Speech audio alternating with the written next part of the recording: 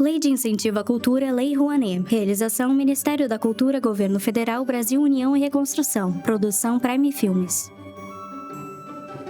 Sala de estar. Mulher com cerca de 40 anos, usando o traje típico italiano, lê um livro sentada em uma poltrona. Pela esquerda chega um homem da mesma idade, usando roupas típicas alemãs e uma grande mochila cinza. Ele segura uma bússola e senta-se na poltrona ao lado dela. Giovanna, eu preciso muito da tua ajuda. Ixi, já sei. Vai querer que eu suba um morro a pé também, né? Nein, meine Freundin. Não, sabe o que é, Giovanna? É que a minha titia de Baden tá vindo visitar Guabiruba. Aí eu quero mostrar para ela os lugares mais bonitos que tem. Ei, você tem algumas ideias? É óbvio! Eu sou uma caixa de ideias. Baú de ideias. Um caminhão de ideias. Oh, tá bom, caminhão de ideias. Então, quais são as sugestões?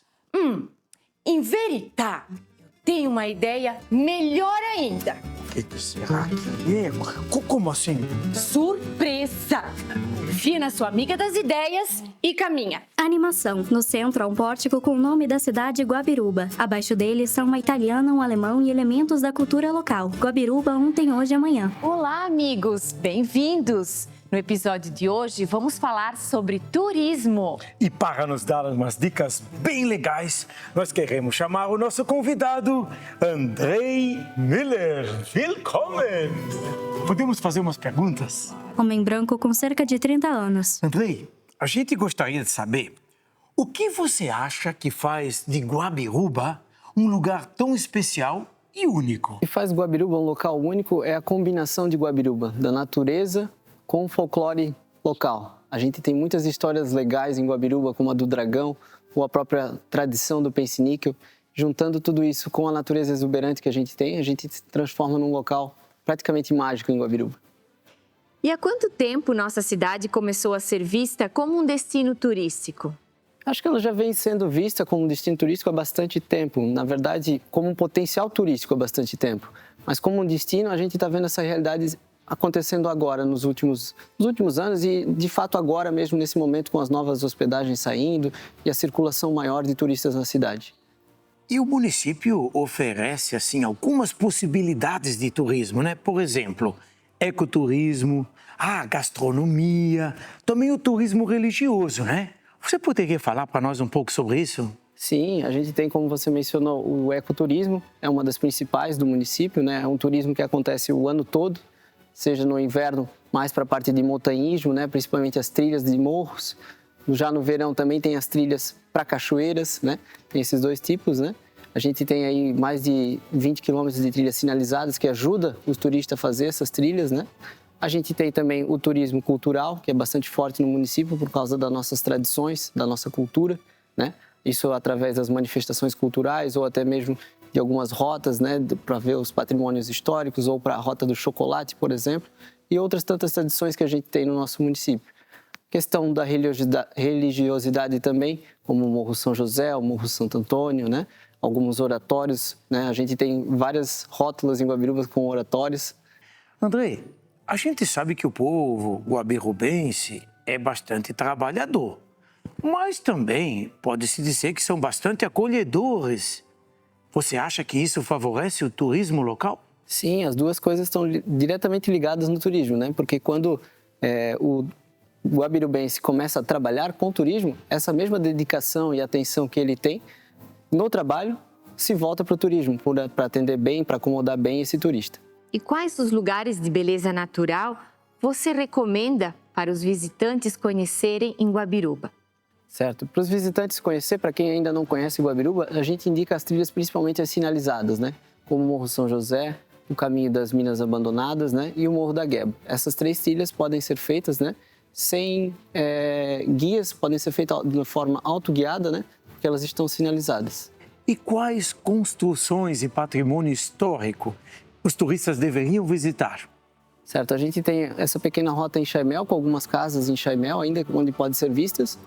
Poucas delas ainda podem ser visitadas, esse é um avanço que a gente ainda precisa ter. A gente tem uma casa em Chaibel, por exemplo, na Pomerânia, onde já tem uma acessibilidade maior. A gente tem uma casa em Chaimel, no bairro Holstein, que é tombada pelo IPHAN, o órgão nacional, né?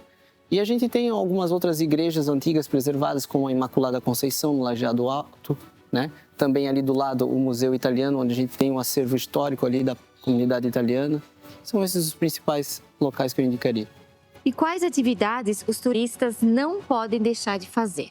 Os turistas não podem deixar de conhecer a nossa natureza vindo para Guabiruba, mas se ele vier em dezembro em especial, ele não pode deixar de conhecer o Pense-Níquel, né? Através da Pense-Níquel Platz ou nos nossos desfiles. Que bom. Tem medo do Pense-Níquel, Fritz? Eu tenho bastante medo do Pense-Níquel, Mas a Giovana... É só se comportar. Verdade. É esse o problema, viu, André?